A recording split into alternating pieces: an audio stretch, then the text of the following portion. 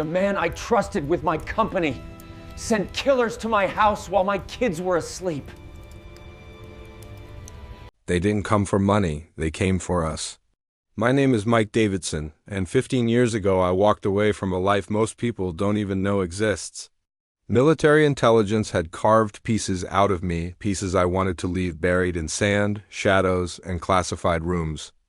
I chose Seattle because it felt like a place where a man could start over, build something clean, give his family the quiet life I never had while bouncing through foster homes like unwanted luggage.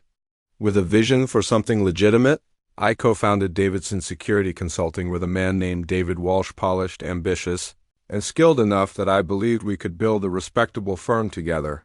For a decade, it worked. Government contracts, steady growth, a solid reputation. We became known for doing things right, not fast. My wife Sarah worked nights as a pediatric nurse, and our kids Tommy, 14, and Emma, 8, were the reason I wanted peace more than glory.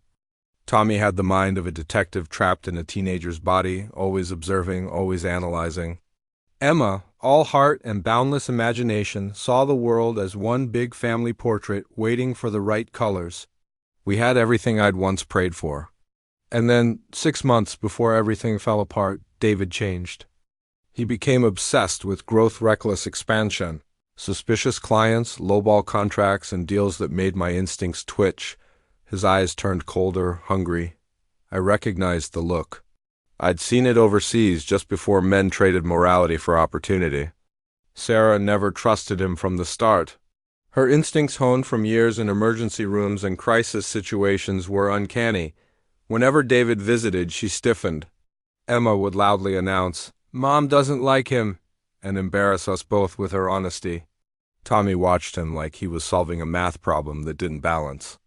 Then I found the irregularities. Money slipping through shell companies. Clients who cared more about our government clearances than our consulting services. Expenses that made no logical sense. My instincts screamed. So I called Jack Morrison, my old Marine brother from operations that never made it into official records. When Jack said we needed to meet in person, I knew the situation wasn't just bad, it was lethal.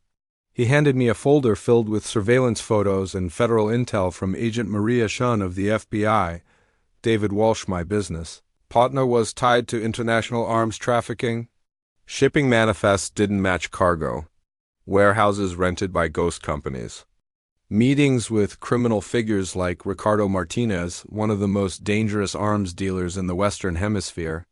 My blood ran cold, but the worst was yet to come. A whistleblower set to testify about illegal weapons moving through the port had died the night before brake line failure. A coincidence, according to local traffic investigators. Agent Chin disagreed.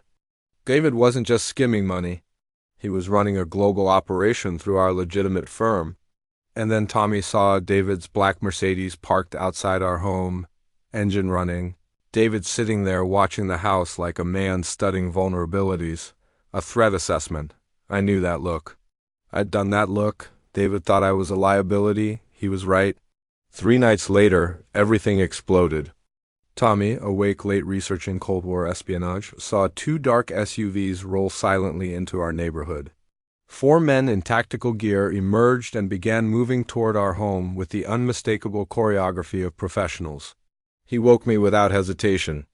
We moved fast, no lights, no wasted motion, go bags, weapons, Sarah assembling the kids with clinical calm. We slipped into the Tahoe just as one of the gunmen reached the back door. When we pulled away, Tommy pointed toward his bedroom window. Red laser sights scanned the walls. Muzzle flashes lit the room. Bullets tore through where my son's head would have been if he hadn't been awake. They came to eliminate us. We lost them briefly in an industrial district I knew from contract work, hiding behind loading docks until Jack could send help. I neutralized one gunman quietly, took his radio, and herded my family through the shadows until a marked police cruiser found us. We reached the FBI building alive but shaken. Agent Chun explained everything. David had been tipped off about an arrest warrant likely by corrupt Port Authority official Frank Pierce. In desperation, he ordered a full elimination of all threats, including children, including my children. Sarah cried silently. Tommy clenched his jaw, trying not to shake. Emma clung to Sarah, too young to understand why monsters had tried to take her from her bed. The FBI placed us in a safe house, but I knew that wouldn't stop David. Men like him slipped through cracks on technicalities. I told Chen I would cooperate, but I would also finish this on my terms.